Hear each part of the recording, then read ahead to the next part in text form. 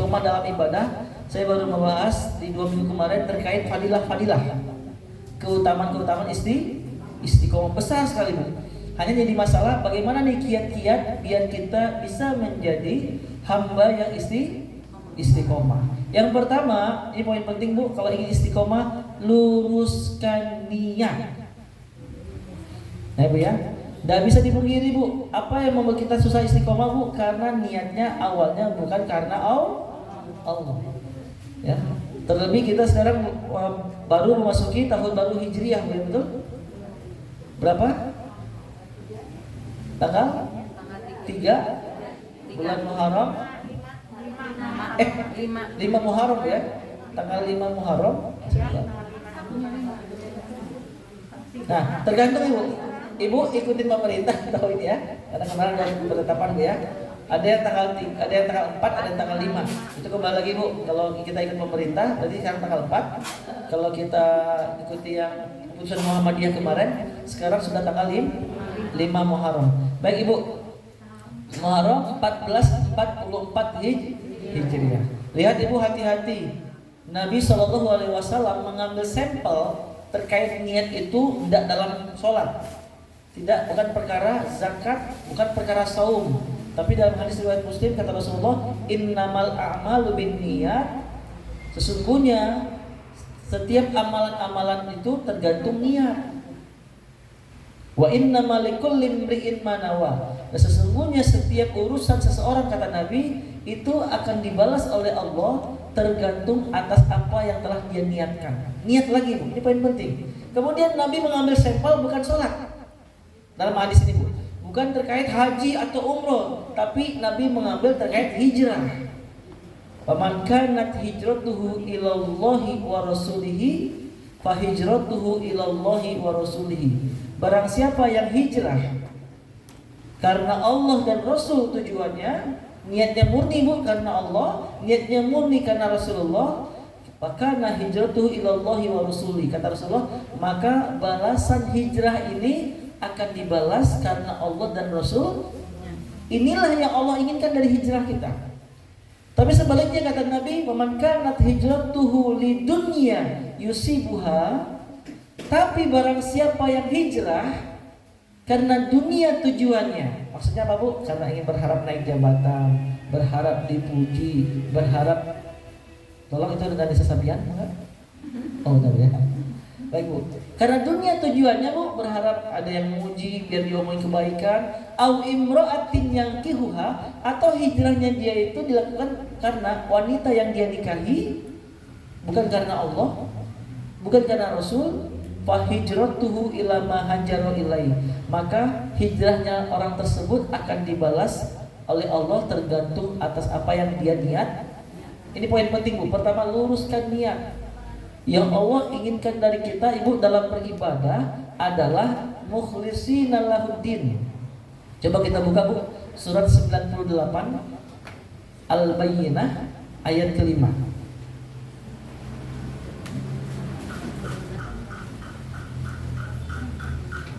Surat 8 Al-Bayyinah ayat ke-5.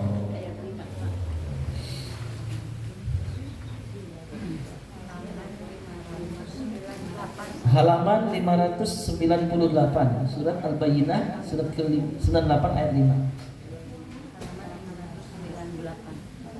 Halaman 598, juz 30 Bu ya, di belakang Ibu, jauh.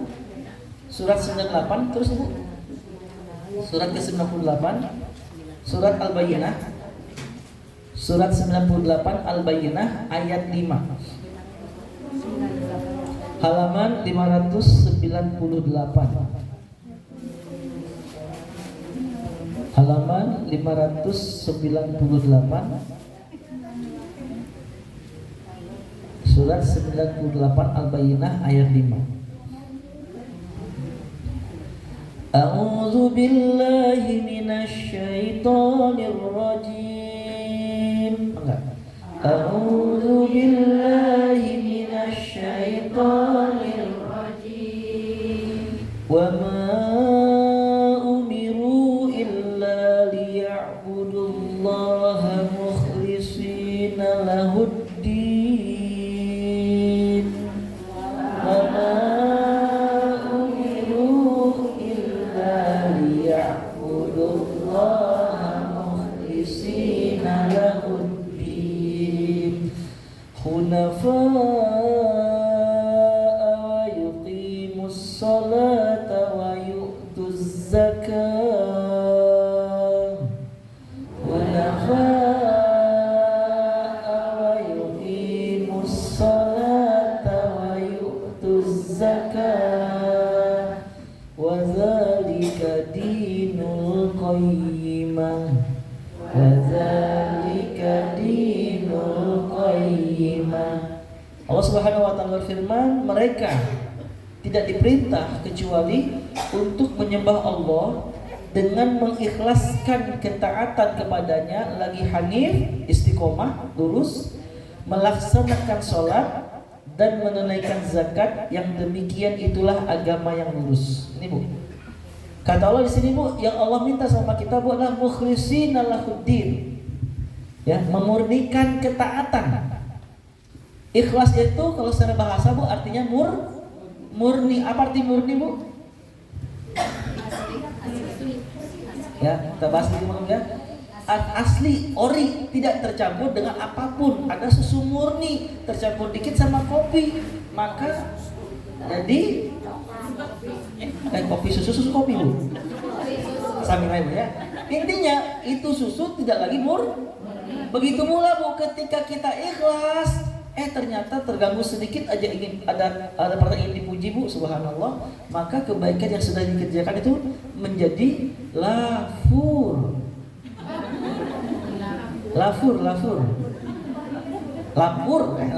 ya. Apa arti lapur? Hilang pahalanya Bu. Ini yang penting nih, ketika ingin istiqomah coba Bu cross check lagi Bu, luruskan niat. Makanya terkait ibadah Bu, pengen istiqomah, maaf Bu, jangan lagi berpikir, jangan lagi yang kita bicarakan apa yang kita inginkan, apa yang kita suka, apa yang tidak kita suka, tidak. Tapi ketika ingin menjadi dituntun oleh Allah, dimudahkan dalam istiqomah Bu, kita mulai berbicara, kita mulai fokus apa yang Allah suka dan apa yang Allah tidak suka. Ini Bu, jadi hakikat hidup seseorang seperti ini Bu. Tapi sebaliknya, cenderungnya kita manusia lebih cenderungnya itu apa Bu? Fokusnya dengan apa yang kita suka, padahal apa yang kita suka belum tentu Allah suka. Benar atau betul? Dan kita juga sama Bu, apa yang tidak kita suka belum tentu Allah tidak suka. Tapi seringnya Bu, kita nggak suka tapi Allah suka, akhirnya kita Allah waka, atau saya mah teresep. Contoh, mohon maaf, ini sensitif Bu, agak dalam. Poligami, langsung ya. Ibu mohon maaf, dalam agama kita ada, tapi kita nggak boleh mengatakan ini tidak benar, nggak boleh Ibu. Kita nggak bahas lebih dalam lagi Bu ya, bisa di blacklist saya tadi undang dari Ibu Santi ya. Tapi mohon maaf Ibu, Allah dibolehkan, tapi kita tidak boleh melarang. Ini bagian dari syariat. Ya, makanya kalau saya pribadi memahami poligami Bu, jujur, apa itu yang saya pahami Bu? Poligami itu ibaratnya itu kalau ibu-ibu pernah naik pesawat, itu ada yang namanya pintu darurat. Apa yang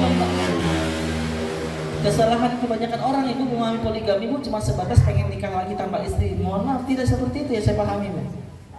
Akhirnya banyak yang terjadi, setelah itu banyak terjadi pisah, cerai dan sebagainya. Jadi Bu, ibaratnya kalau kita pesawat kita lagi adem ayem tenang, maka pintu darurat jangan dibuka. Tapi yang sering terjadi tadi Bu, istrinya tidak paham agama, dirinya tidak paham agama. Ketika adalah syariat ada yang poligami, dosa besar, nggak akan baik itu poligami. Dan yang luar biasa kalau kita lihat sejarah poligami, demi Allah, Nabi SAW tidak pernah poligami kecuali setelah wafatnya Siti Khadijah. Dan menikahnya lagi Rasulullah SAW ini bukan karena hawa nafsu, tapi karena syariat, perintah Allah. Dan rata-rata yang dinikahkan Nabi itu Bu adalah orang-orang lansia, lanjut usia. Adapun Siti Aisyah dinikahi Nabi SAW betul ketika usia berapa Bu? 9 tahun. Tapi diajak mulai satu ke rumah usia Ada yang mengatakan 12, ada yang mengatakan 15. Tapi apa tujuannya Bu? Mohon maaf, bukan berarti kan ada istilah dalam sekarang Bu ya, yang suka kepada anak kecil itu istilah apa? Pedofil. Bukan dari pedofil, enggak. Tapi hikmahnya besar. Ada kebaikan yang sangat besar ketika Nabi SAW menikahi Siti Aisyah. Apa hikmahnya Bu? Bu, jujur. Kalau ibu-ibu membahas fikih wanita Bu, fikih wanita itu semuanya akan didapatkan berasal dari Siti Aisyah. Hampir semuanya Siti Aisyah. Fikih-fikih ya, pemahaman terkait syariat yang berkaitan dengan wanita. Baik itu mandi junubnya seperti apa, baik maaf bagaimana hubungan dengan Nabi Bu, itu semua dari Aisyah. Anak kecil teh Bu, belak-belakan. So kalau pertanyaan ini sahabat tanya kepada orang tua Bu. Istri Nabi sudah tua, Bu. Nabi gimana kalau malam hari? Isin gak sekolot. Tapi hikmahnya banyak Ibu.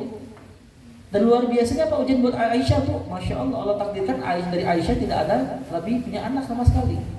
Dan mohon maaf ketika tidak punya anak, ini bukan aib.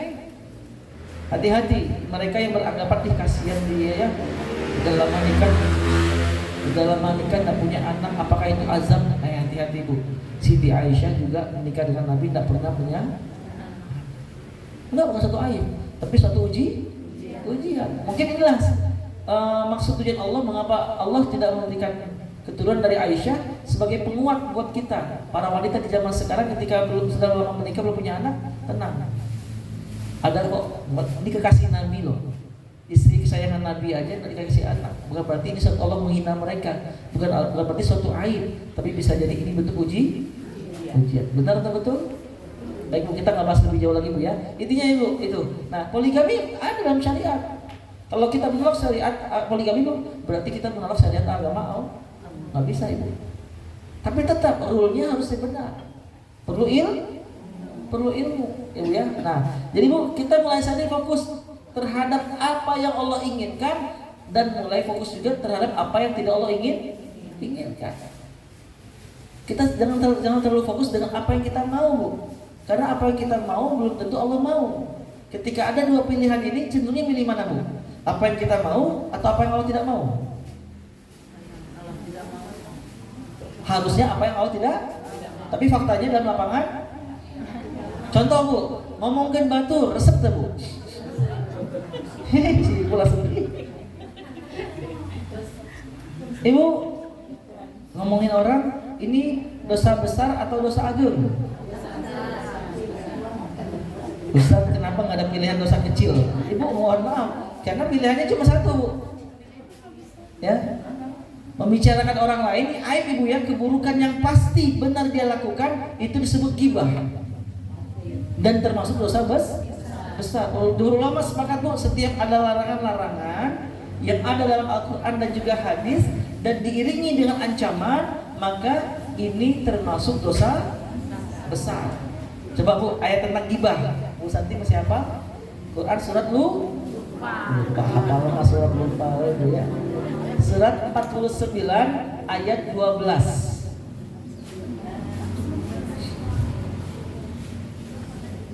Surat 49 ayat 12. Al-Hujurat 49 ayat 12. Halaman 517 sebelah kanan atas. Surat 49 ayat 12.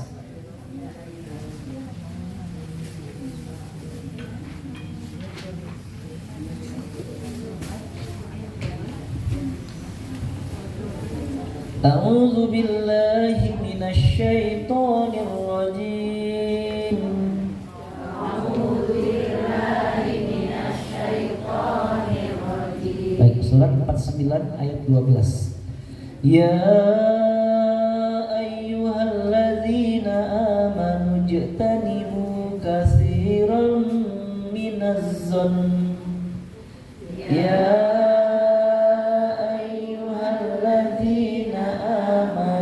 ijtanibu katsiran minaz-zann inna ba'daz-zanni ithmun wa la tajassasu Inna ba'daz-zanni ismu wa la tajassasu wa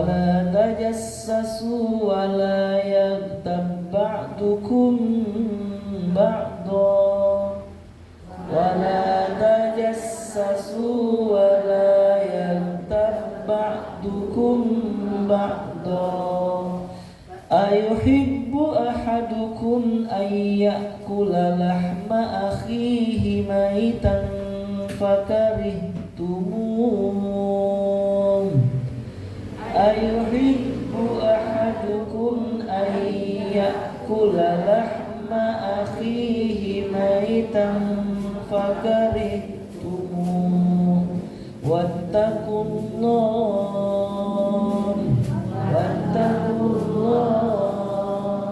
innallaha tawwabur rahim innallaha tawwabur rahim. Baik, kita perhatikan ayatnya Bu. Artinya Allah mengatakan, ya ayyuhalladzina amanu, wahai orang-orang yang beriman, ijtanibu, jauhilah oleh kalian katsiran minazon, kebanyakan dari berprasangka. Inna ba'da zanni ism, sesungguhnya sebagian prasangka dosa, kata Allah. Ibu, prasangka itu dibagi dua. Ada prasangka baik yang kita kenal husnuzon, ada prasangka buruk yang kita kenal dengan su'uzon. Nah, kira-kira Bu, kata Allah kan, inna ba'da zanni ism, sebagian prasangka itu dosa. Itu dosa yang mana Bu? Yang satu atau dua? Su'uzon. Kemudian Allah larang kita wala tajassasu, dan janganlah kalian mencari-cari kesalahan orang lain. Nah, punten Bu, punten ngobina ibunya. Kadang gitu Bu, ya. Kalau lihat orang teh cari we apa kekurangannya. Ah, enggak boleh Bu. Udah, jangan sibuk dengan aib orang.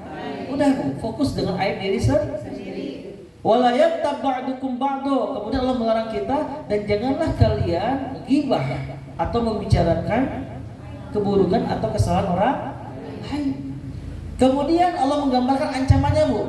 Ayuhibbu ahadukum ayyakula lahma akhihi maitan fakarihtumu.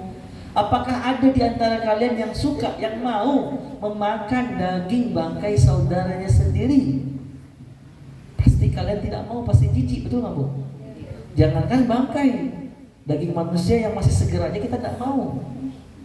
Jadi Allah menggambarkan Bu, ancaman orang yang membicarakan kesalahan keburukan orang lain, digambarkan dia seperti memakan bangkai dosa dan ini bisa menjadi estafet dosa besar Ibu.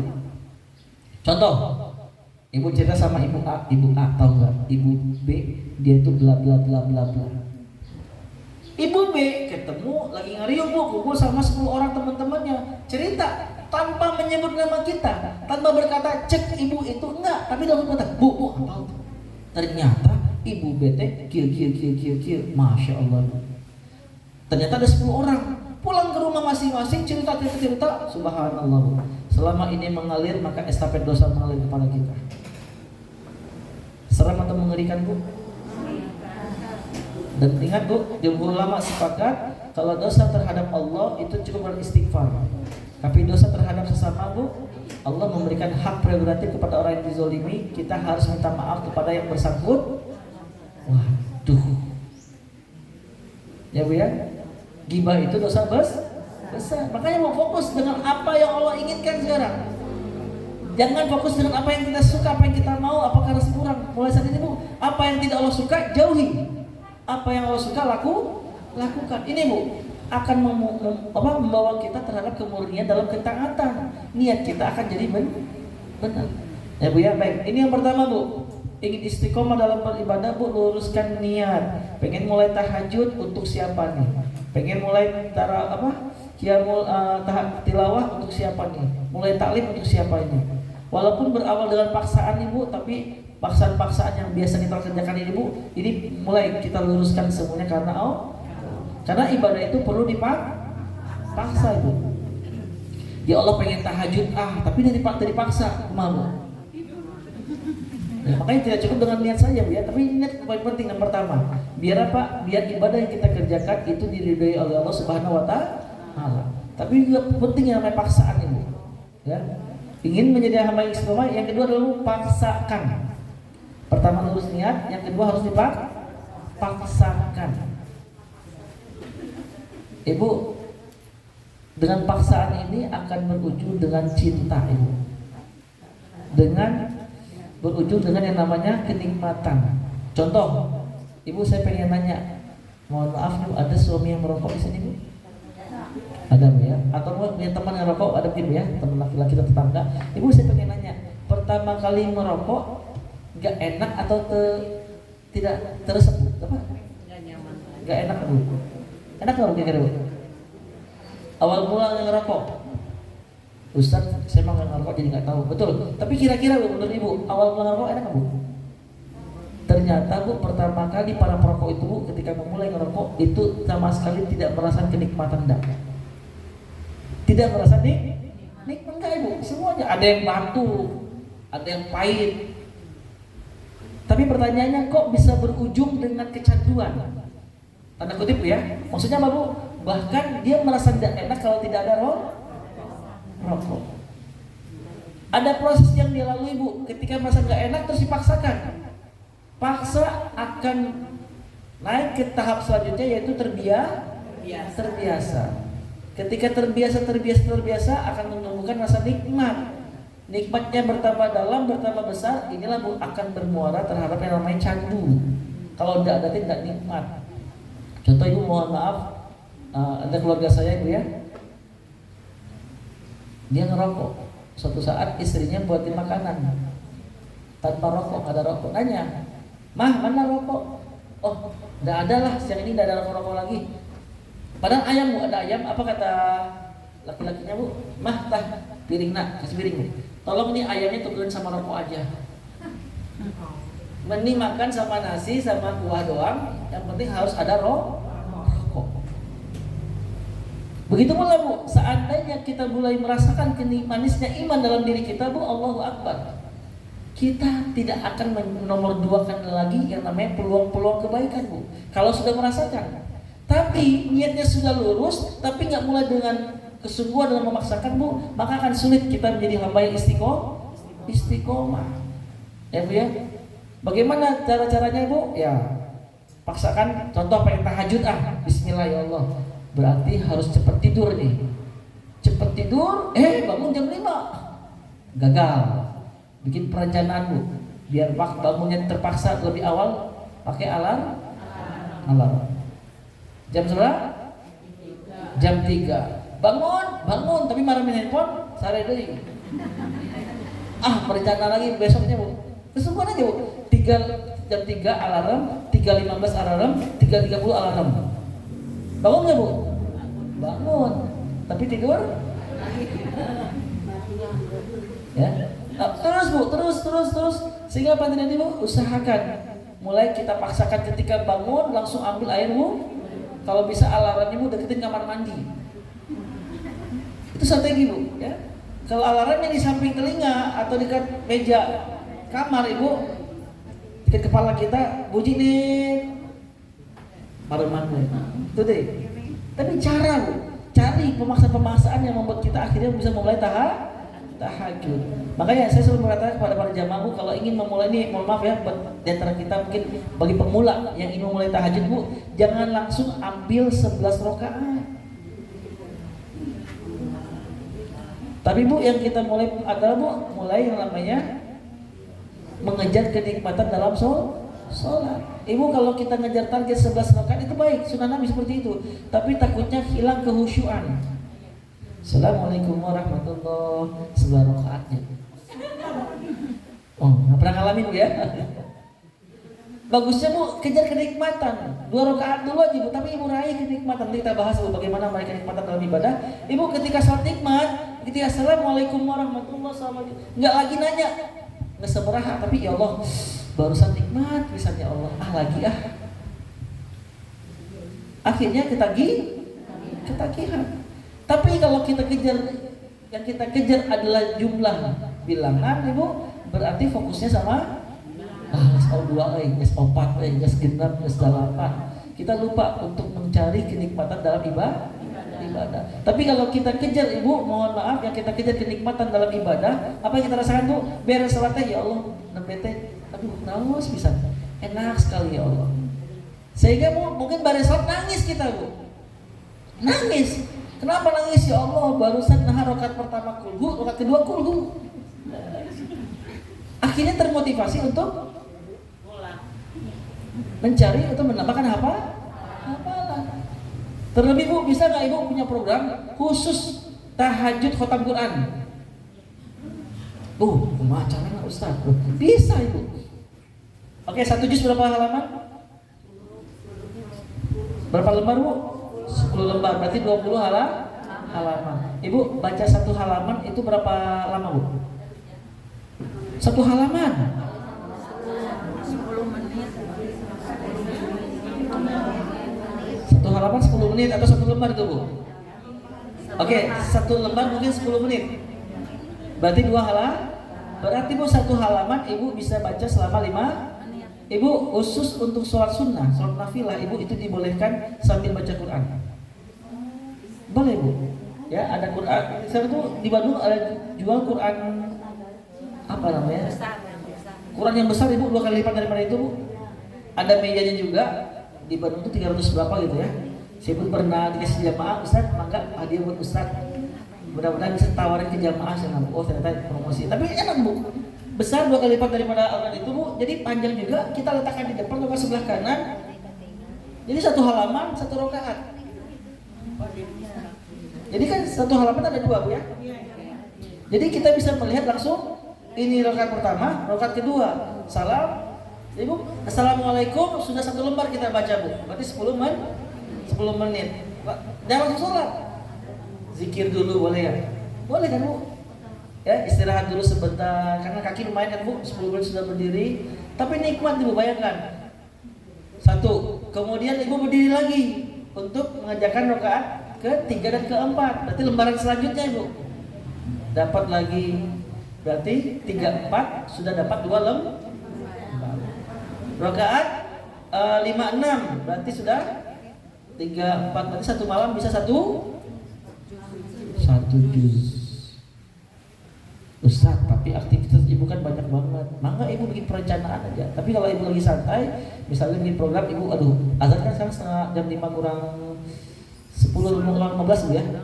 4:43 serang subuh teh kalau di Bandung di sini sama mungkin ya. Maka mungkin kita target program, berarti bangun 2:30 deh. Karena kan loadingnya saya teh mungkin 15 menit. Ayo loading tuh bu. Ya. Oke ya bu. Nabi juga kalau bangun tuh bu, kata sahabat ketika bangun tidur belum nggak langsung kamar mandi kan, tapi duduk dulu. Ya bu. Ketika kita tidur tuh bu, ada 3 ikatan yang membelenggu kita bu. Pertama, kita lepas ikatan pertama dengan berdoa, alhamdulillahillazi ahyana ba'dama amatana wa ilaihi nusyur. Yang kedua bu, ambil wudhu. Yang ketiga sholat. Maka lepaslah 3 ikatan setan dari diri kita. Ya bu ya. Nah, loading dulu nggak masalah bu. Mungkin 5 atau 10 menit. Setelah itu langsung ke kamar mandi wudhu. Ya bersuci. Setelah itu start jam 3. Masya Allah ibu. Ibu bisa menikmati bu. Nikmat misalnya ibu. Kalau sudah sholat tahajud itu 1 malam 1 juz. Berarti 1 bulan bisa 1 kali itu khusus tahajud ibu nyambil. Masya Allah. Siap? Ada berat sekitar. Ya kita mah tol langsung sajus lagunya minimal 1 malam setengah juz. Berarti 1 rakaat setengah halaman, 2 rakaat 1 halaman. Berarti 1 malam 5 lembar. Maka bu 10 rakaat ibu ya, kan Nabi kan 11. 10 rakaat tahajud satunya itu ambil buat witir. Maka al-ikhlas terang bu. Kalau enggak Abu Rapel al-ikhlas al-falaq an-nas, boleh enggak? Bismillahirrahmanirrahim. Qul huwallahu ahad, Allahus samad, lam yalid wa lam yulad wa lam yakul lahu kufuwan ahad. Bismillahirrahmanirrahim. Qul a'udzu birabbil falaq min syarri ma khalaq wa min syarri ghasikin idza waqab wa min syarrin naffasati fil 'uqad wa min syarri hasidin idza hasad. Bismillahirrahmanirrahim. Qul a'udzu birabbin nas malikin nas ilahin nas min syarril waswasil khannas alladzi yuwaswisu fi sudurin nas minal jinnati wan nas. Allahu akbar. Boleh Bu untuk rakaat terakhir. Tapi untuk capek pisannya alim rasul teu naon lamunnya. Mun Ustaz cakep pisan waladolin amin Yasin Allahu akbar. Boleh enggak Bu? Boleh. Oh semangat gitu ngomong boleh. Emang boleh ya? Boleh. Ini kalau yang mau coba silakan Ibu. Jadi Ibu Masya Allah seandainya satu malam bisa 5 lembar yang kita baca, ya bukan setiap salam 2 rakaat, betul nggak Bu? Betul? Berarti satu kali salam satu halaman. Ibu apa yang kita dapatkan Bu? Masya Allah berarti 2 bulan 1 kali khotam. Berarti setahun bisa 6 kali kok. Masya Allah Bu. Silakan yang pengen buat program seperti itu silakan. Intinya Bu, mulai Ibu ya, mulai ada kesungguhan. Jadi paksakan Ibu. Ya, ketika kita mulai memaksakan ini Bu, Allah menjamin akan menunjukkan jalan-jalan terbaik dari Allah Subhanahu wa taala. Baik Bu, terkait kesungguhan atau pemaksaan ini Bu, coba kita buka Quran surat 29 Al-Ankabut ayat 69. Surat 29 Al-Ankabut ayat terakhir, ayat 69. 29 ayat 69.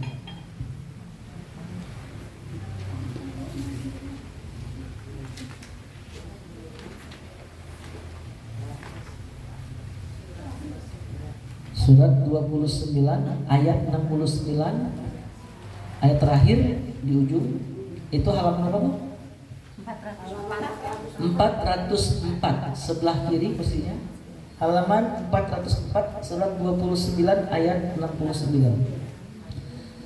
A'udzu billahi minasy syaithanir rajim. A'udzu billahi minasy syaithanir rajim. Walladzina jahadu fina lanahdiyannahum subulana. Walladzina amanu fina lanahdiyannahum subulana wa innallaha lama'al muhsinin. Wa innallaha lama'al muhsinin. Allah Subhanahu wa taala berfirman, dan orang-orang yang berusaha dengan bersungguh-sungguh untuk mencari keridhaan kami. Jadi Bu, berusaha di sini Bu, bersungguh-sungguh di sini dimulai dengan memaksakan tadi. Ya Allah pengen, tampak kesungguhannya. Ya, mulai membiasakan habis sholat minimal mungkin 1 ayat Quran, 1 halaman, minimal 1 hari 1 lembar. Mulai Bu tampak ada kesungguhan, memaksakan dirinya, maka Allah menjamin lanahdiyannahum subulana. Niscaya kami akan menunjukkan jalan-jalan kami kepada mereka. Apa diantaranya Bu? Inilah kemudahan-kemudahan terhadap pencapaian apa yang dia inginkan. Menjadi ahli tahajud Allah mudahkan. Tapi berawal dengan paksaan, kesungguhan, memaksakan diri Bu. Kalau ini tidak Ibu, mohon maaf, maka lama-kelamaan akan sirna. Apalagi niatnya awalnya bukan karena Allah. Kenapa tahajud? Wah, ini Bu, ini kisah ini mungkin pernah saya sampaikan, izin kalau saya ulangi lagi Bu ya. Ini Bu, ada anak muda di rumah saya, di rumah mertua dulu Bu, ketika saya awal-awal nikah, saya membina anak Karang Taruna. Suatu waktu, alhamdulillah Bu, ada seorang anak yang mulai aktif sholat subuh berjamaah di masjid. Bahkan dia menceritakan kalau dirinya mulai aktif dengan tahajud. Ketika saya crossing lebih jauh karena saya pembinanya, merasa pengen tahu, ini bagus sekali nih, motivasinya apa ya? Tampak Bu, kelihatan Ternyata spiritnya Bu tampak di Facebook. Jam 2, jam 3 teh Bu udah update status. Bismillah, tahajud bersama Umi. Saya bingung, Umi perasaan dia manggil ibunya tuh Mama, jadi Umi. Ternyata dicolek lah Bu, dia dipakai hashtag, disebut lah Bu, ada teman sekolahnya dia. Jadi bangun itu karena saling membangunkan Umi, jadi dia manggil Abi Umi Bu. Ya, manggil perempuannya Umi, dia manggil Abi. Alhamdulillah, Bismillah awalnya Bu. Menjelang apa? Setelah setengah jam kemudian, alhamdulillah bahagia bisa tahajud bareng Umi. Oh, jadi ini namanya anak muda Bu ya, anak SMA Bu. Kelihatan Bu, wah ini belum tulus karena Allah ini. Ternyata dia ke masjid, nggak sampai seminggu hilang dari masjid Bu. Nggak kelihatan di Mas. Wah, apakah dia sakit? Ternyata enggak. Saya cari tahu Bu, loh kok dia nggak ke masjid lagi? Saya cross check Bu, oh ternyata lagi musuhan sama Umi. Kenapa Ibu motivasi dia untuk tahajud bukan karena Allah. Dia betul memaksakan pertama kali bangun Ibu. Jam 2-an, jam setengah 3 itu Bu update status di Facebooknya dia. Bismillah, tahajud bareng Umi. Berarti mulai tahajud Bu. Setelah selesai, alhamdulillah bahagia rasanya tahajud bareng Umi. Padahal dia belum menikah. Dan dia merasa, aduh maaf Ibu ya, tetap ya, kalau selama statusnya belum menikah, kalau dia pacaran Ibu, walaupun ganti casingnya Abi Umi, tetap haram. Iya Ibu, dosa. Walaupun Ustaz kan Abi Umi manggilnya, walaupun Habibi, Habibati, enggak, tetap haram Ibu. Selama belum menikah. Kalau sudah menikah, enggak, itu halal ya. Ya walaupun casingannya panggil ganti bahasa Arab, tetap enggak ada yang namanya pacaran dalam Islam. Kalaupun ada, boleh, syaratnya harus menikah dulu. Ya Bu ya. Ustaz, kita malah pacaran ya, berarti tolong maksa kita untuk menghalalkan kalau begitu. Kalau ada itu setelah menikah. Jadi Bu, itu lurus niat. Tapi kalau murni karena Allah Ibu, akan tampak Bu upaya keras dari diri kita. Allah Maha tahu. Akhirnya Allah menjamin lanahdiyannahum subulana. Niscaya akan kami tunjukkan kepada mereka jalan kami. Maksudnya apa Bu? Kemudahan, kelancaran terhadap pencapaian yang diinginkan terhadap ibadah yang dia kerjakan Bu. Subhanallah. Ini yang kedua Bu, adalah usaha memaksakan Bu. Baik. Yang ketiga, ini poin penting pula Bu.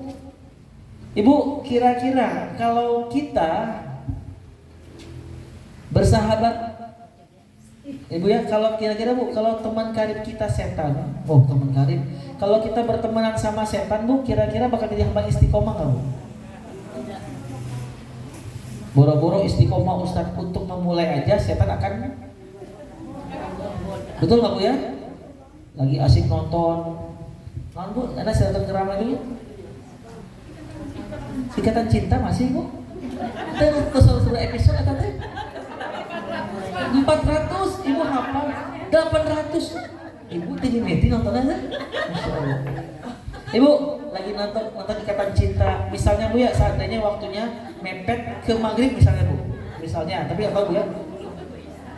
Isa dulu Bu. Pada Isa filmnya. Oke. Tapi Bu, seandainya nih ada film yang kita suka.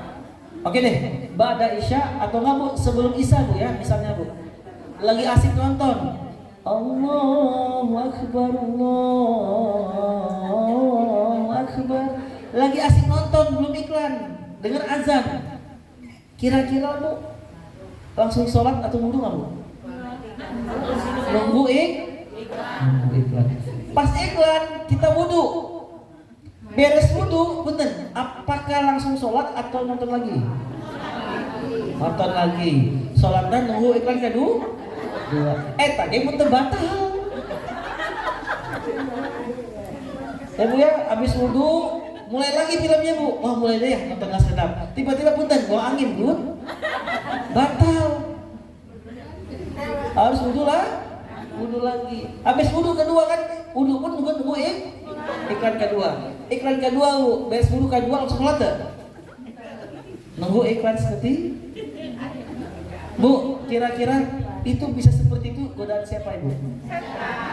Nah, oleh karena itu jelas tidak mungkin kita bisa menjadi hamba yang istiqomah kalau ternyata selama hidup ini kita bersahabat karib, berteman dengan siapa mereka teman karib setan, masih ingat? Lupa lagi. Ibu, yang jauh dari Quran teman karibnya setan. Berarti sebaliknya, pengen istiqomah Bu, pastikan setan gak bersahabat karib dengan kita, berarti mulai akrab dengan Al-Quran. Alhamdulillah nih Bu, ada Odoj, kemudian ada Owoj. Ibu gabung Ibu. Coba kita lihat dulu Qurannya Bu, Quran surat 43 ayat 36 dan 37. Surat 43 Az-Zukhruf ayat 36 dan 37. Surat 43 Az-Zukhruf ayat 36 dan 37.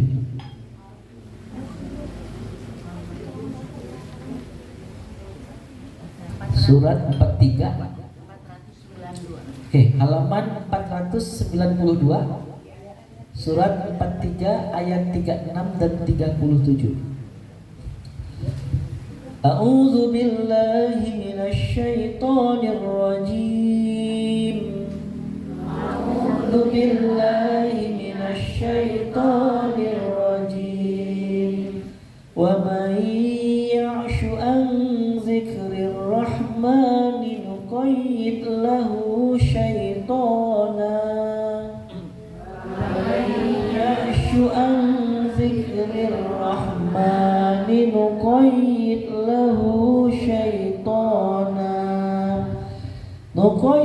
lahu syaitanan fahuwa lahu qarin. Nuqayyid lahu syaitanan fahuwa lahu qarin. Wa innahum la yasuddunahum 'anis sabili wa yahsabuna annahum muhtadun. Wa innahum la yasuddunahum 'anis sabili wa yahsabuna annahum muhtadun. Allah berfirman dalam ayat Ibu surat 43 Az-Zukhruf ayat 36.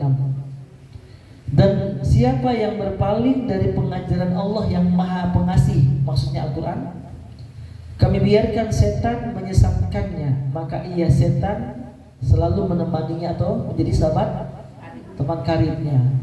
Dan sesungguhnya mereka setan-setan itu benar-benar menghalangi mereka manusia dari jalan yang benar. Sedangkan mereka manusia yang sesat itu mengira bahwa mereka adalah orang-orang yang mendapat petunjuk. Ibu, dalam ayat ini Allah mengatakan siapa yang berpaling dari pengajaran yang Maha Pengasih Al-Quran.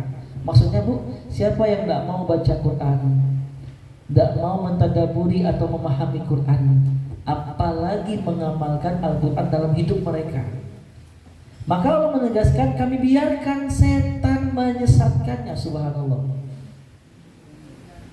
Jadi orang-orang yang hidupnya jauh dari Quran, tegas, secara tidak langsung pun dia sudah membuka pintu lebar-lebar buat setan datang kepadanya. Tidak ada penjagaan sedikit pun yang Allah berikan kepada kita Bu, kalau kita jauh dari Al-Quran. Yang lebih mengerikan kata Allah, fahuwa lahu qarin, maka dia akan menjadi sahabat karibnya setan. Ibu, sahabat karibnya apa Bu? Sahabat akrab. Ada istilah best friend. Mau zaman ayeuna Bu? Mau bestie. Ibu, anak zaman sekarang Ibu ya. Saya kira klasik ini ya. Enggak ya. Ibu kalau punya masalah senengnya ceritanya sama teman biasa, teman-teman karib.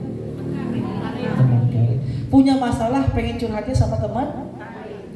Ibu kalau butuh nasihat lebih mau mendengarkan nasihat dari teman biasa atau teman karib? Kebayang gak Bu, kalau teman karib kita setan, gak mungkin lagi nonton film, dengar azan, setan ngomong, Bu, ayo sholat heula, gak mungkin. Benar atau betul? Ibu omatnya, ayat taklim, enjing, kira-kira apa bisikan setan Bu? Insya Allah. Insya Allah, insya Allah sul. Apa artinya Bu? Insya Allah sulatnya Bu? Kumaha kamu? Ibu, insya Allah dongkapnya senyum. Nggak sampai 1 jam kemudian telepon dari temannya, Bu, besok kita jadi jalan-jalan ya, orang kontrak. Hayu. Wah. Lain insya Allah Bu, ha? Hayu. Nah besoknya Bu hadirnya kemana? Kontrak. Tiba-tiba teman yang ngajak taklim telepon, Bu, jadi ya taklim ya. Aduh, apa bisikan setan Bu? Aduh, kasih tahu aja Bu, lagi ada acara. Aduh Bu punten, saya ada acara dadakan nanti Bu, nggak bisa ditinggal. Ah subhanallah. Nggak mungkin setan membisikkan kebaikan. Nggak mungkin setan mengajak kepada kebaikan Bu. Allah menegaskan ayat 37-nya kan, wa innahum la yasudduna 'anis sabil. Dan sesungguhnya mereka setan itu benar-benar menghalangi manusia dari jalan yang benar. Nggak mungkin jalan yang lurus Bu. Ya Bu, ibu lagi kesel emosi Bu, maka bisikan setan marah. Nggak mungkin setan ngomong cek sabar. Nggak mungkin Ibu. Nggak ada dalam kamusnya sifat setan cuma satu Bu, buruk. Tidak mungkin ada kebaikan yang lebih mengerikan. Lihat Bu di akhir ayatnya, wa yahsabuna annahum muhtadun, dan menumbuhkan perasaan prasangka seakan-akan manusia tersebut dapat petunjuk, seakan-akan kita teh benar. Ini hati-hati Bu. Orang mohon maaf ya, yang susah dinasihatin Bu, coba deh, bisa jadi dia jauh dari Quran Bu. Karena dia merasa orang mah benar kok. Padahal dia subhanallah. Ini hati-hati Bu. Mungkin yang ketiga, maka kalau pengen istiqomah, istiqomah itu bukan karena kita Bu, tapi karena Allah, karena kemudahan dari Allah. Maka Allah menyampaikan dalam ayat ini Bu, hai hambaku, jika engkau tidak ingin bersahabat karib dengan setan, maka jangan berpaling dari Quran. Mulailah membacanya, mentadaburi dan juga mengamalkannya. Tapi sebaliknya, kalau engkau ingin kesulitan, berat untuk jadi hamba istiqomah, ya silakan jauh dari Quran. Kenapa? Karena kau bersahabat karib dengan setan. Itu pilihannya Bu. Ya Bu ya, ini nomor 3. Kemudian Bu, yang keempat, kiat jadi hamba istiqomah Bu. Poin penting pula, ini perbanyak doa. Perbanyak doa.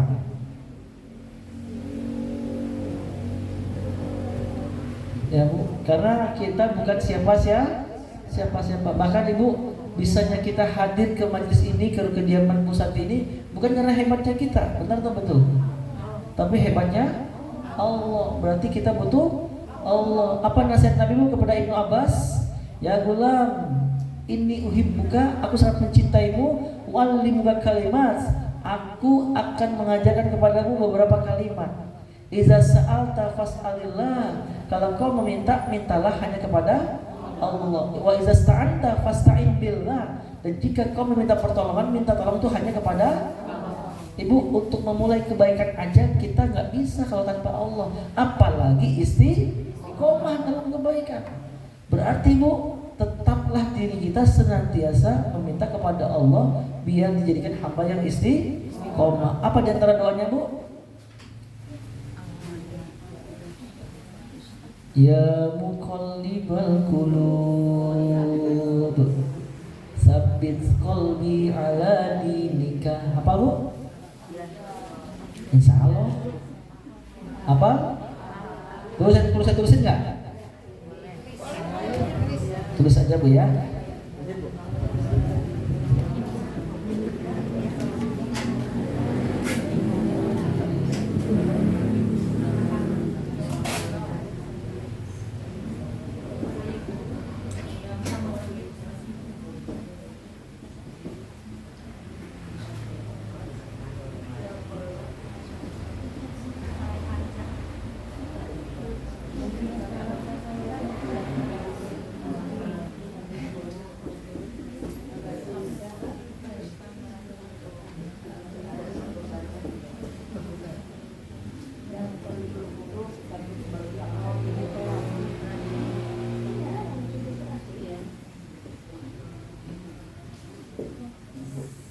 Ini Bu, doa yang Nabi ajarkan kepada kita semua Bu, untuk selalu diminta sama Allah. Ya muqallibal qulub, wahai sang pembolak-balik hati.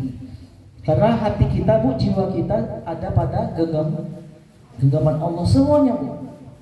Sabit qalbi, tetapkanlah hatiku ya Allah ala dinika, untuk senantiasa terus berada di atas agamamu.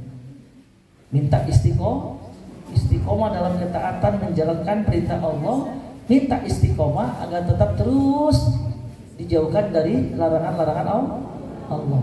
Ini Bu, silakan Ibu dawamkan ini di waktu-waktu mustajab dalam berdoa khususnya Bu. Masih ingat Bu ya? Waktu mustajab dalam berdoa kapan aja Bu? Oke, pada asar sampai maghrib khusus hari Jumat. Antara azan dan qomat. Kemudian ketika sujud. Tapi Bu, ini saya perjelas lagi Bu, pernah kita bahas dulu terkait doa ya. Khusus untuk sujud, jumhur ulama sepakat Bu, itu mutlak harus menggunakan ayat doa-doa yang tercantum dalam Quran ataupun hadis. Tidak bisa Ibu bikin doa pakai bahasa Indonesia, Ustaz tolong diterjemahkan ke bahasa Arab. Nah, ini nggak boleh Bu. Kecuali doa-doa yang Allah ajarkan dalam Quran dan juga Nabi ajarkan dalam hadis. Sedangkan ini Bu, Nabi mengajarkan dalam hadis. Ya Bu, yang minta wahai pembolak-balik hati ya Allah, yang jiwaku ada pada genggamanmu, yang kau dengan mudahnya bisa membolak-balikan hati. Tetapkanlah hatiku untuk senantiasa berada di atas agamamu. Ini kita minta istiqomah dalam ketaatan Bu. Baik ketaatan menjalankan perintahnya, juga ketaatan dalam menjauhi larangan Allah Subhanahu wa taala. Kemudian ketika turun hujan, nah ini Bu poin penting. Turun hujan teh tong ngurutu. Hujan deui. Kalau turun hujan, pertama doanya Bu, Allahumma shayyiban nafi'an. Ya Allah, turunkanlah hujan yang penuh manfaat, penuh berkah. Kemudian kata Nabi Bu, ini ketika turun hujan adalah waktu mustajab dalam berdoa. Perbanyak doa Bu. Ya, kemudian waktu tahajud, ya, di sepertiga malam akhir Bu, ini tidak mutlak dalam sholat saja, tapi beres sholat Ibu berdoa sama Allah, maka Allah akan kabulkan. Minta istiqomah dalam beribadah. Baik Bu, ini nomor 3. Nomor 4. Kemudian Bu, nomor 5. Ya, nomor 5 yaitu perbanyak ingat Allah. Perbanyak zikrullah, mengingat Allah. Ada apa dengan zikrullah Bu? Ada keutamaan besar tatkala kita selalu ingat kepada Allah, yaitu dalam Quran surat kedua ayat 152.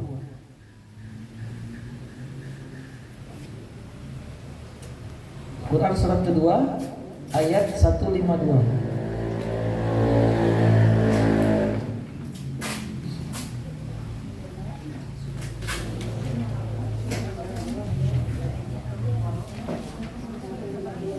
Surat kedua Al-Baqarah ayat 152.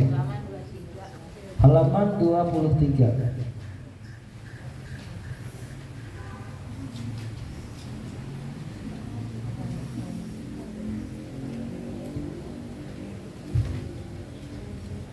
A'udzu billahi minasy syaithanir rajim. A'udzu billahi minasy syaithanir rajim. Fadhkuruni adzkurkum washkuru li wa la takfurun. Fadhkuruni adzkurkum washkuru li wa la takfurun. Allah Subhanahu wa taala berjanji Bu dalam ayat ini, fazkuruni, maka ingatlah kalian kepadaku, azkurkum, aku pun niscaya aku akan ingat kepadamu. Nah ini Bu, selalu ingat Allah dalam hidup ini akan mendapatkan jaminan Allah ingat kepada kita. Tatkala kita terus menjaga Allah Bu dalam keseharian kita dengan zikrullah, Allah akan jaga kita dalam ketaatan beribadah kepadanya. Tapi Allah mengancam Bu, ya, dengan ancaman yang tidak mengingat Allah, maka kerugian besar akan ada pada mereka. Ibu, ancaman terhadap orang yang melupakan Allah dalam Quran surat 59 Al-Hasyr ayat 19.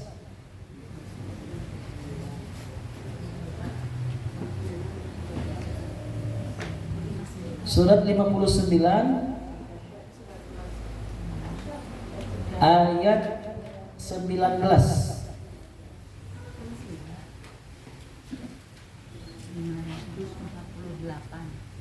Halaman apa? 548. Surat 59 ayat 19. A'udzu billahi minasy syaithanir rajim.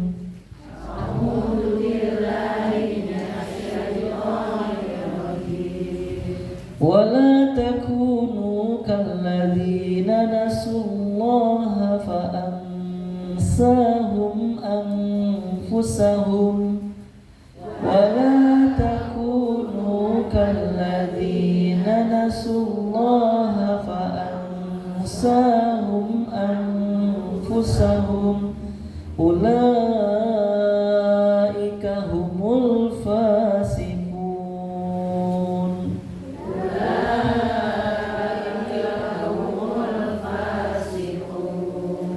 Allah Subhanahu wa taala berfirman dalam ayat ini, dan jangan kalian seperti orang-orang yang melupakan Allah dalam hidup mereka. Maksudnya apa? Mereka jauh dari zikrullah.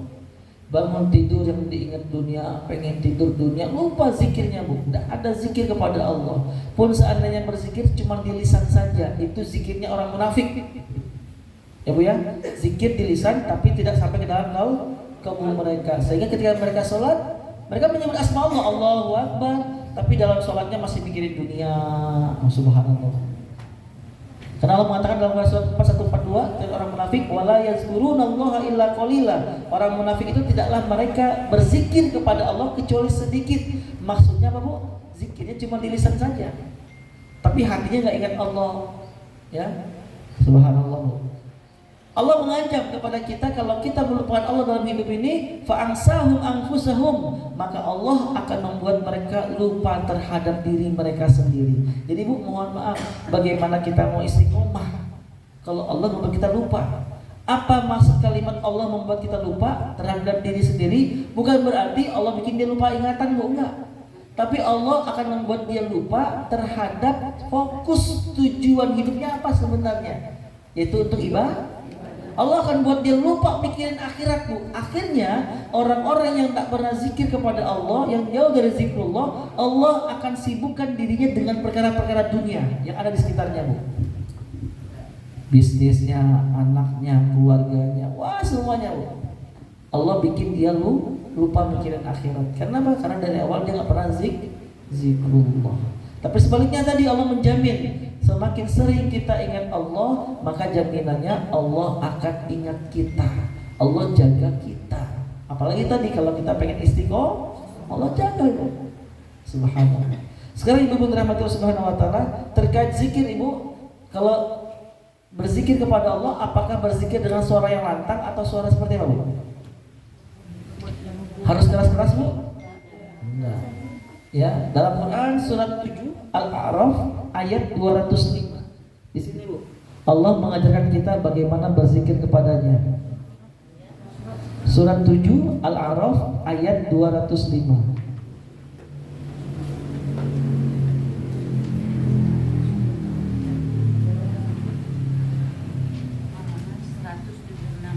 Halaman 176. Oke, dua ayat terakhir ya.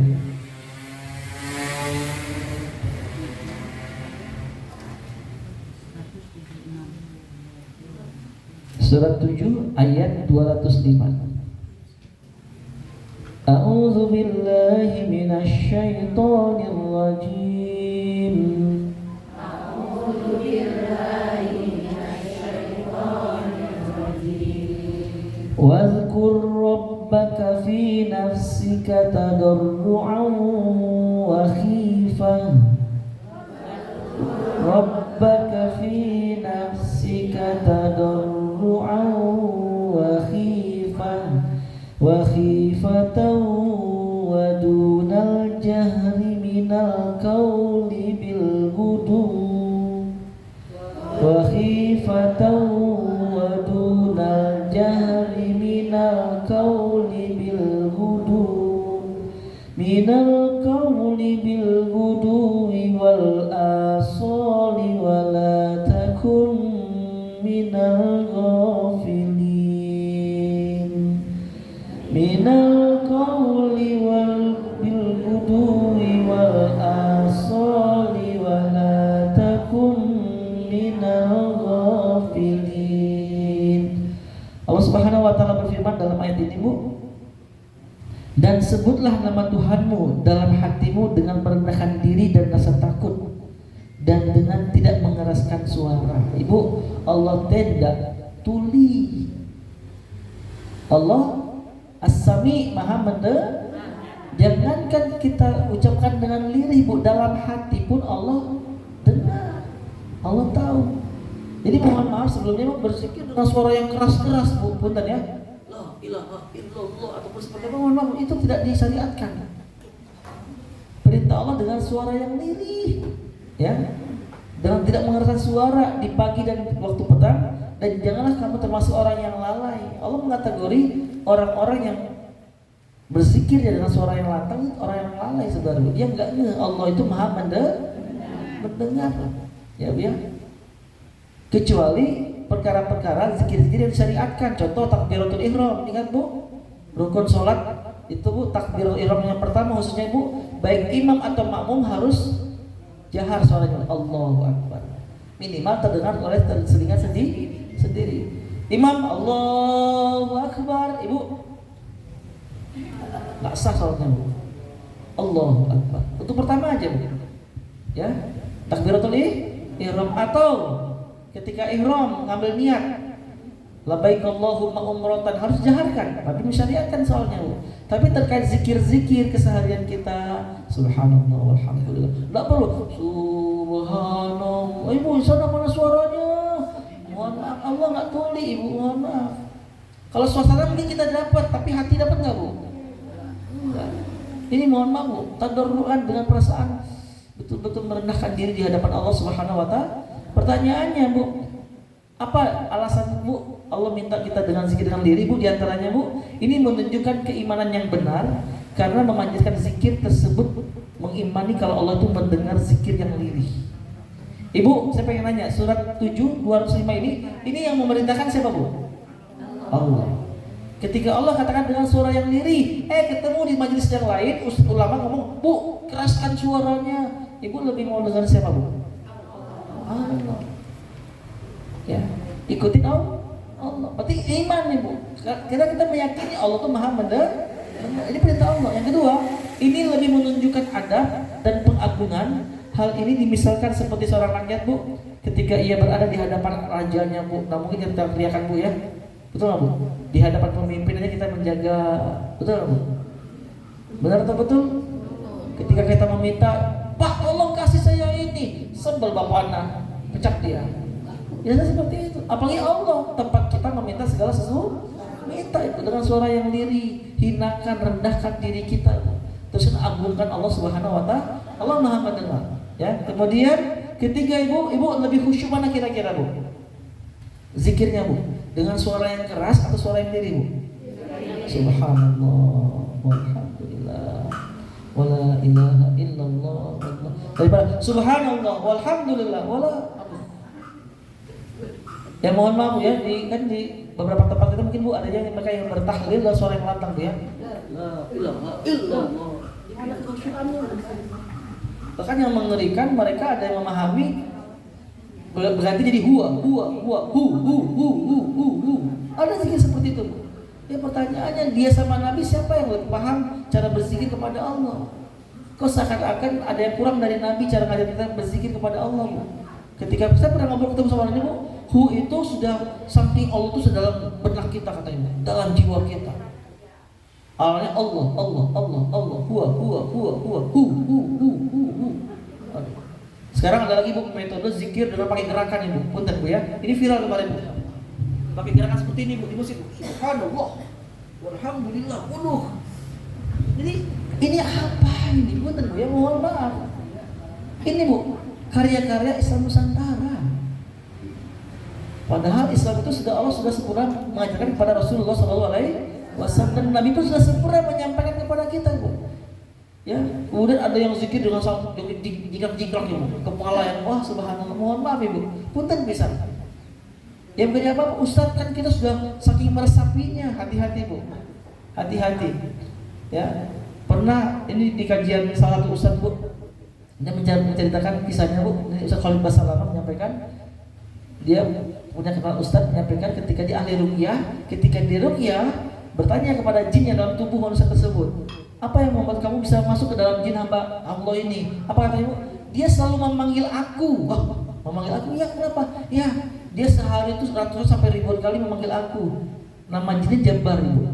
Jadi laki-laki hamba Allah ini bertanya kepada temannya, bagaimana biar saya tampak perkasa? Kan Jabbar artinya maha perkasa tuh. Oh, zikir aja dengan asma Allah, ya Jabbar, ya Jabbar, ya Jabbar, ya Jabbar, ya Jabbar, ya Jabbar. Jinnya bernama Jabbar. Laki-laki ini mau zikir-zikir, sholat masih kena lalai. Sholatnya masih di akhir waktu, bahkan ninggalin sholat, ngaji tidak pernah. Zikir ini terus didawamkan Bu, ya Jabbar, ya Jabbar, ya. Karena ya Jabbar artinya hei Jabbar, hei Jabbar, wahai Jabbar, wahai Jabbar. Jin dari bernama Jabbar masa terpanggil ini manggeroan wahai ya, asup Bu. Ini kesaksian Bu, subhanallah. Berarti apa Bu? Lisannya ingat Allah, menyebut kan ya Al-Jabbar itu salah satu asma husna Bu. Ya Jabbar, ya. Tapi mohon maaf, lisannya berzikir, hatinya enggak. Maka enggak bisa Bu. Connect hati, lisan dan perbuatan. Ini cukup dengan suara yang lirih, lebih nikmat sekali Bu. Karena kita sedang menghamba kepada Allah Subhanahu wa taala. Dan Ibu, ketika dengan suara yang lirih itu akan menunjukkan keikhlasan lebih dalam Bu, lebih besar. Lebih ikhlas daripada dengan suara yang lantang. Kemudian lebih mudah menghimpun hati untuk merendahkan diri. Sedangkan dengan suara yang keras lebih cenderung tidak menyatukan hati. Bahkan coba deh Bu, kalau dengan suara yang lirih dan yang keras, hati itu lebih enak mana Bu? Coba Bu ya. Subhanallah walhamdulillah wala ilaha illallah wallahu akbar. Saat tinggi suara Ibu. Subhanallah. Hati lebih ini, lebih enak mana Bu? Dan cukup sendirian juga cukup ya Bu. Sendirian kemanapun Allah maha mendengar. Perbanyak zikir. Kemudian Bu, zikir yang lemah lembut ini akan menunjukkan kedekatan antara kita dengan Allah Subhanahu wa taala. Allah lebih senang seperti ini Bu. Ya. Kemudian zikir yang dibaca lirih kemudian ajak atau continue itu Bu akan ya karena anggota tubuh tidak akan terasa letih ya. Jadi Bu, jiwa itu lebih terasa tenang, lebih terasa nikmat aja Bu dengan suara yang lirih ya. Kemudian zikir yang lirih lebih selamat dari was-was dibandingkan dengan yang dikeraskan. Ini Bu ada dalam karya buku Majmu' al-Fatawa karya Ibnu Taimiyah. Tadi Bu ya, pertama itu lebih menunjukkan keimanan yang benar, kedua lebih menunjukkan adab, kemudian khusyuk, ikhlas, menghimpun hati, zikir yang lemah lembut, lebih dekat kepada Allah, kemudian zikir yang continue itu Bu tidak akan cepat-cepat tidak akan terasa lebih lelah Bu. Bahkan lebih nikmat dibandingkan dengan suara yang keras. Jadi intinya Bu, zikir itu tidak jangan sembarang zikir ya. Allah berjanji kalau kita ingat Allah, Allah ingat kita, Masya Allah.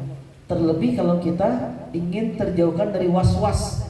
Karena was-was ini ya, was-was Bu artinya godaan-godaan Bu ya. Apalagi godaan setan dan juga manusia itu Bu akan terjaga dengan perbanyak zikrullah. Makanya Bu, doa yang Nabi ajarkan diantaranya Bu apa Bu? Bismillahi allazi la yadurru ma'asmihi syai'un fil ardi wala fis sama'i wa huwas samiul alim. Apa Bu ya? Apa artinya? Itu masalahnya. Bismillah, dengan nama Allah allazi la yadurru ma'asmihi syai'un, yang dengan nama Allah tidak ada satupun yang bisa memberikan mudarat, mara bahaya, keburukan kepada diri kita, fis samai, baik seluruh makhluk yang ada di bumi, wala fil ardi wala fis sama, baik makhluk yang ada di bumi dan juga di langit, wa huwas samiul alim. Jadi itu keyakinan Bu. Ya, dawamkan zikir-zikir doa seperti ini Bu. Agar apa? Agar Allah menjaga kita. Sehingga apa terjadi Bu? Seandainya ada was-was datang, Allah jaga. Ya Bu, Ibu sudah komitmen ya pagi hari ya Allah nanti siang pengen taklim Zikrullah kencengin Bu. Subhanallah, alhamdulillah, wala ilah. Allah zikir terus Bu. Sehingga ketika tiba-tiba nanti datang teman, Bu, punten dadakan Bu, ayo Bu, orang ngariu yuk botram. Setan nggak akan bisa Bu, karena kita sudah terjaga oleh Allah. Punten Ibu, saya teh sudah komitmen hari ini pengen taklim, punten bisa. Mending Ibu ngiring taklim ya, malah bisa ngajak. Karena Allah kuatkan, Allah jaga kita Bu. Tapi sebaliknya, perencanaan taklim ada, tapi kita nggak jaga dengan zikir, dengan doa kepada Allah. Apa yang terjadi Bu? Ada perencanaan, udah pakai pakaian taklim Bu, tapi nggak kuat nih zikirnya Bu. Minta sama Allah juga nggak kuat. Mungkin nggak Bu? Ketika mau taklim tiba-tiba dapat telepon, Bu, hayu Bu, orang ngariung deui. Hayu. Ya Bu ya, ini penting Bu. Kita selalu ingat kepada Allah. Dan terakhir Bu, lingkungan. Baik itu tetangga, lingkungan terhadap yang luas ataupun yang lebih dekat Bu. Sahabat karib kita Bu, pastikan teman-teman juga teman karib kita adalah teman-teman karib yang soleh. Ibu hoyong rajin tahajud, ternyata bersahabat karib, teman-teman karib nanti Bu, teman-teman mengajak bergadang wae. Mungkin nggak Bu? Ibu pengen istiqomah dalam sholat berjamaah, teman-teman karib, teman-teman CS Bu, teman-teman menjalankan utara sholat. Mungkin nggak Bu? Ya, Ibu pengen istiqomah dalam tilawatul Quran, pengen target khotam Quran tiap bulan. Teman-teman karibna, teman wariun Ibu, teman-teman gibah. Kok mau punya? Tarik auzubillahi minasyaitonirrajim. Ibu orang harim heula. Bismillahirrahmanirrahim. Yuk, tutup ya Ibu. Ini penting Bu, kita bersahabat karib dengan orang-orang yang soleh. Karena Nabi pernah menggambarkan tegas nih kata Nabi. Perumpamaan atau gambaran orang-orang yang bersahabat karib dengan orang yang soleh dan tidak soleh seperti seseorang yang bersahabat karib dengan tukang pandai besi, tukang parfum minyak wangi, dan juga seorang pandai besi. Izin Bu, pandai besi kan bahasa-bahasa zaman dulu ya. Kalau saya permudah Bu pemahamannya, mungkin seperti orang bersahabat dengan tukang asin. Ya, Ibu hayang ke kondangan besok Bu hari Ahad. Aduh, parfum CF habis, gampang Ibu. Sebelum kondangan main ke counter, ke lapak, ke toko teman yang jual parfum Bu. Entong bablakan, nyukai parfum jangan Bu, ngariung aja Bu, ngobrol aja Bu.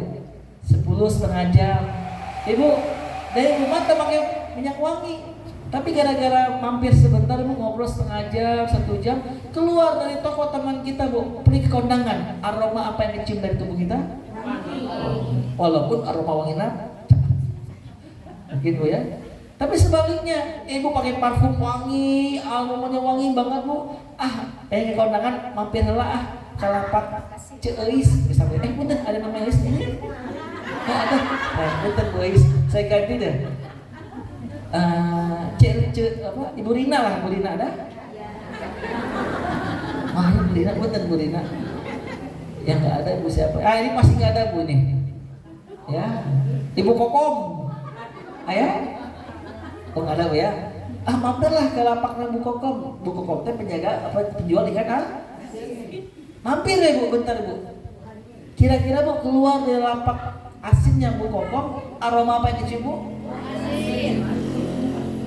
Jadi pengaruh penting juga Bu. Ingin istiqomah, maka tetapkanlah orang-orang sekitar kita adalah orang-orang yang betul-betul taat dalam beribadah. Ibu rajin tahajud, pengen rajin sedekah, maka pastikan juga Bu, orang-orang sekitar kita yang bisa mendorong kita untuk menjadi ahli sedekah.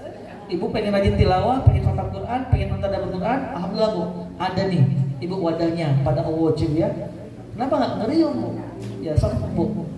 Kira-kira kita malas ngaji, dapat japri, dapat WA di grup, Bu, mangga diantos laporanna. Otomatis.